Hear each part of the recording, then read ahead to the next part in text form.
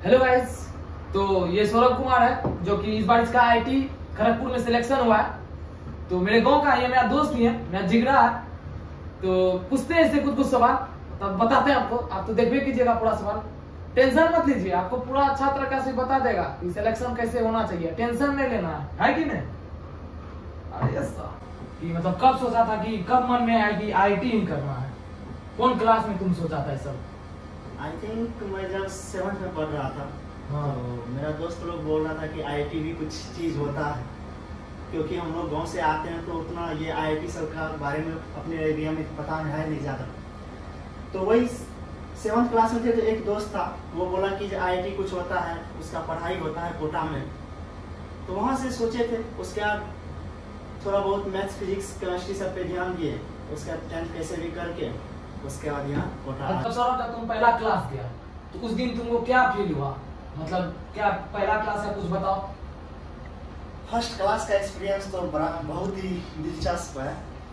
जैसे कि पहले फर्स्ट दिन जो क्लास गए तो कोटा में होता है कि जब रूम नंबर का एक कोड रहता है कि कौन सी बिल्डिंग में क्लास है, कौन सा रूम नंबर है, वो सब तो कुछ पता था नहीं। तो मेरे एक भैया थे, उनको साथ लेके गए कि मैसेज आ जाता है कोटा के क्लास में। तो क्लास इंटर की, क्लास में बैठे, सर आए।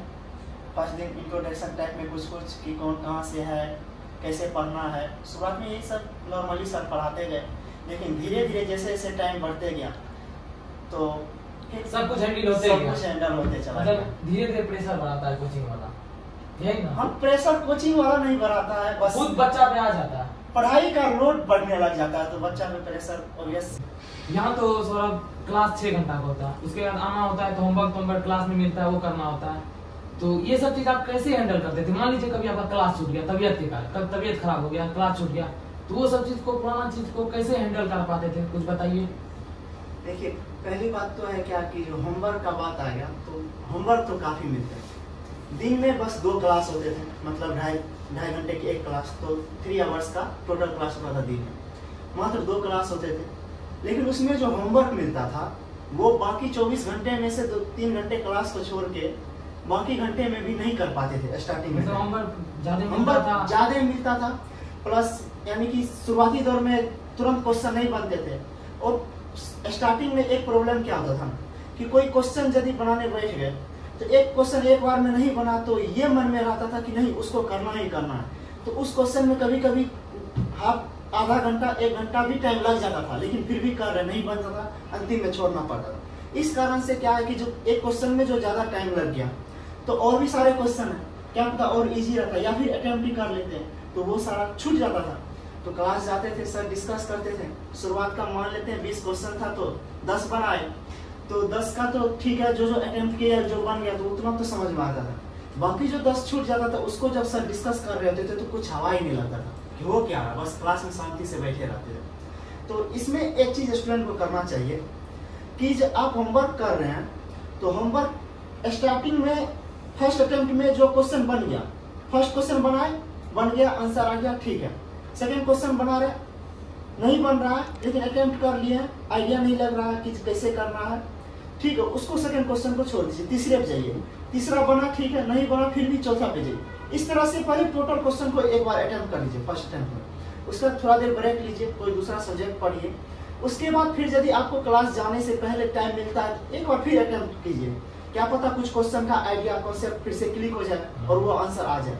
और ये सारे क्वेश्चन को अटेम्प्ट करने का एक बेनिफिट है कि जब आप क्लास में इंटर कीजिएगा और सर जब क्लास में डिस्कस करेंगे तो आपको ये पता रहेगा कि ये क्वेश्चन क्या रहा है, क्योंकि आप पहले से अटेम्प्ट किए हुए हैं उस क्वेश्चन को, और क्वेश्चन में क्या गलती कर रहे थे या क्या अप्रोच आप लगा रहे थे और सर क्या कॉन्सेप्ट बता रहे हैं, तो उससे आप रिलेट कर पाएंगे तो आपको ज्यादा समझ में आएगा। तो फिर आप घर जाके उस क्वेश्चन को कीजिएगा तो आपके लिए वो बेनिफिशियल होगा। गाइस उधर बताइए। ठीक है, हमको तो ठीक है। तो सौरभ, आपसे एक सवाल है कि आप कितना अटेम्प्ट दिए इसका आईटी का, जो आईटी जी मेंस और एडवांस का, कितना अटेम्प्ट में आपका हुआ सिलेक्शन? देखिए, एनटीए ना, जेईई मेंस आप 3 बार दे सकते हैं और जेईई एडवांस 2 बार दे सकते हैं। तो मेरा तो दूसरा अटेम्प्ट में मेरा सिलेक्शन हुआ आईआईटी खड़गपुर में। तो फर्स्ट अटेम्प्ट जब 12th के साथ दिए तो उसमें कुछ खास परसेंटाइल नहीं आया था, ठीक ठाक था, कॉलेज मिल सकता था लेकिन लोअर ब्रांच मिलता, मेंस में एडवांस नहीं हो पाया था। नहीं होने का मेन वजह ये था कि पढ़े नहीं थे, ये नहीं था। 2020 में लॉकडाउन लग गया था और 12th का एग्जाम देने के बाद, लॉकडाउन लगने के बाद घर पे ही रह गए। तो घर पे हम लोग का सोर्स नहीं था और पढ़ा ही नहीं पाया। ऑनलाइन क्लासेस चल रहे थे तो उतना कुछ सोर्स था नहीं, नेटवर्क इशू, तो कुछ दिन तो स्मार्टफोन नहीं थे कि हम क्लास कर सकते हैं। तो इस तरह से जो ना पहला अटेम्प्ट में सिर्फ बोर्ड अच्छे नंबर से पास कर गए, बाद बाकी सारा कुछ बहुत खराब रहा। फिर सेकेंड अटेम्प्ट देने के लिए रिपीट करने का सोचे तो कोविड था, ऑनलाइन कोर्स यदि यहाँ से लेते तो ऑनलाइन में वही हाल होता जो हुआ, तो उस कारण से ऑनलाइन कोर्स नहीं लिए, आराम से कोटा आ गए, सेल्फ स्टडी कर रहे थे। फर्स्ट जेईई मेंस दिए, अच्छा परसेंटाइल आया, आई थिंक 98.2 परसेंटाइल आया था फर्स्ट मेंस में। मेंस का कट ऑफ क्लियर हो गया था, एडवांस में हम बैठ सकते थे, मेंस का तैयारी करना छोड़ दिए। एग्जाम दे रहे थे, सारा अटेम्प्ट दिए, 4 अटेम्प्ट हुआ था मेंस का, सारा अटेम्प्ट दिए, लेकिन हाईएस्ट ये 98.2 परसेंटाइल ही रहा।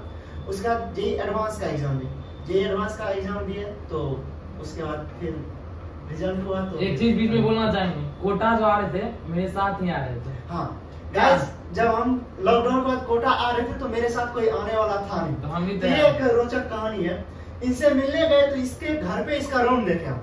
इसका पढ़ाई से हट के एक सवाल है, लेकिन यहाँ के स्टूडेंट के लिए इम्पोर्टेंट क्वेश्चन है, आप उसको बताइए कि कैसे यहाँ स्टूडेंट उस चीज को मैनेज करे। तो पहला क्वेश्चन यही है, यहाँ तो डिस्ट्रैक्शन बहुत है, आई थिंक आपको भी, मतलब अगर डिस्ट्रैक्शन है तो आप डिस्ट्रैक्शन कैसे उसको हैंडल करना चाहिए, कैसे मैनेज करना चाहिए, उससे कैसे बचे, तो आप कुछ बताइए।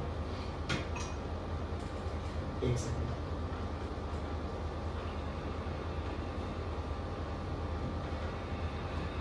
बात डिस्ट्रैक्शन की है। देखिए डिस्ट्रैक्शन तो बहुत तरह का है। कोई होता है किसी को घूमने का लत लग गया या घूमने में ज्यादा एंजॉय आ रहा है उसको पढ़ाई को छोड़ के, तो वो भी एक तरह से डिस्ट्रैक्शन ही है कि जो पढ़ाई में है वो बाधा बन रहा है। कोई हो गया फोन, सब भी आजकल तो डिस्ट्रैक्शन का बहुत सारा, ये सोशल मीडिया, स्मार्टफोन है, स्मार्टफोन में काफी चीज है। बच्चे 10 मिनट पढ़ते हैं तो अरे 2 मिनट फोन चला लेते हैं, और वो 2 मिनट फोन चलाने के बहाने वो कितना देर फोन चला लेते हैं। तो इसी बीच में एक सवाल कि आप इस चीज को कैसे मैनेज करते थे स्मार्टफोन को?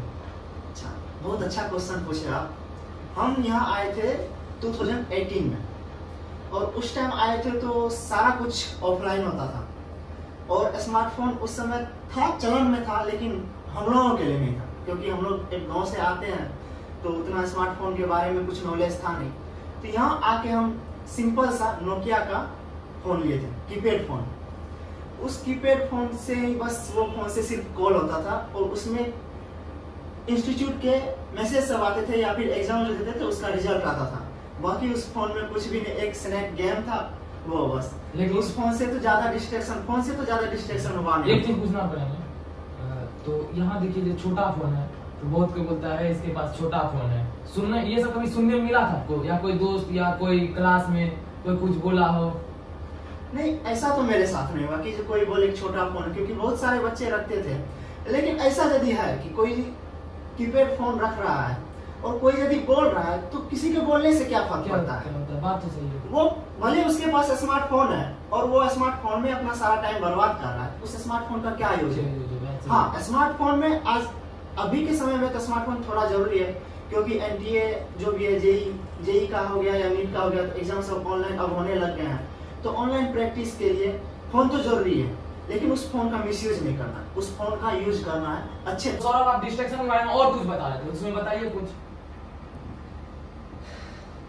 देखिए यही है कि जो आप थोड़ा 2 साल जो है ना अपने आप को सिंगल रखिए, अपने पेरेंट्स को याद कीजिए वो किस हालत में आपको कोटा भेजे हैं, किस मकसद से भेजे हैं, आपका मेन एम क्या है।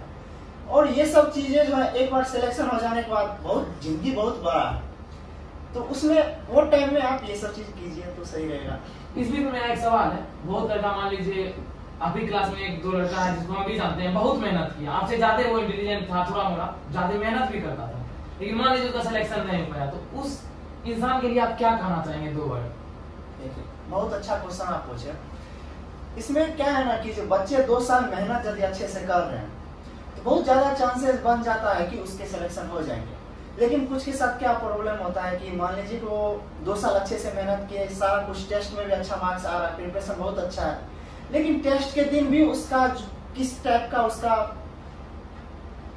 इन्वायरमेंट रहा या फिर उसका या उसका हेल्थ mind क्या कैसा है, काम कर रहा उसका है। माइंड सेटअप क्या है, मेंटली कितना स्ट्रांग है उस दिन, ये सारा कुछ फैक्टर मायने रखता है। मान लीजिए आप किसी का टेस्ट से पहले 1-2 रोज पहले हेल्थ सही नहीं रहा, तो उस कारण से भी किसी का टेस्ट अच्छा नहीं जाता है, उसके सिलेक्शन नहीं हो पाते, तो वो सबको रिपीट करते क्योंकि वो समझते हैं बात को। और मान लीजिए जो कुछ हद तक मेहनत किए लेकिन उस लेवल में मेहनत नहीं किए या फिर उस लेवल में उतना उसका प्रिपरेशन नहीं है एग्जाम तक में, तो उस बच्चे को घबराना नहीं चाहिए। मान लीजिए रिपीट किए ठीक है, यदि नहीं रिपीट करना है, मान लीजिए रिपीट किया फिर नहीं हुआ, तो ऐसा नहीं कि यहाँ बहुत लोग सुसाइड कर लेते हैं, लेकिन ये सब गलत चीज है। नहीं, ये सुसाइड तो कभी जिंदगी में करना ही नहीं चाहिए, क्योंकि सक्सेस फेलियर तो सेकेंडरी फैक्टर है। पहला है कि आप यहाँ पे कितना नॉलेज गेन कर रहे हैं, और यहाँ यदि 2 साल अच्छे से कोचिंग का या टीचर के जो सारे बात आप मान रहे हैं, जितने भी सीट डीपीपी होमवर्क मिल रहे हैं वो कर रहे हैं, तो आपको आगे जिंदगी में सिर्फ ये आईआईटी और नीट ही नहीं है, जिंदगी में बहुत कुछ है, बहुत सारा स्टार्टअप है, कुछ भी कर सकते हैं आप। पढ़ने का एक तरीका आपको सिखा देता है यहाँ कोटा में 2 साल यदि आप अच्छे से रेगुलर क्लास गए, रेगुलर टीचर से कंसल्ट में रहे, अच्छे से पढ़ाई किए, तो फिर रिजल्ट ना होना बाद की बात है। आगे जिंदगी जीने का और आगे किसी भी चीज का प्रिपरेशन कीजिएगा तो उसमें आपको एक पढ़ने का तरीका पता चल जाता है, उसमें फिर आपको बहुत सारा हेल्प मिलता है। मतलब आपका काम सौरभ, तो आपसे बहुत सारा सवाल हो गया, आप तो बता दिए गाइस को कैसे क्या करना है।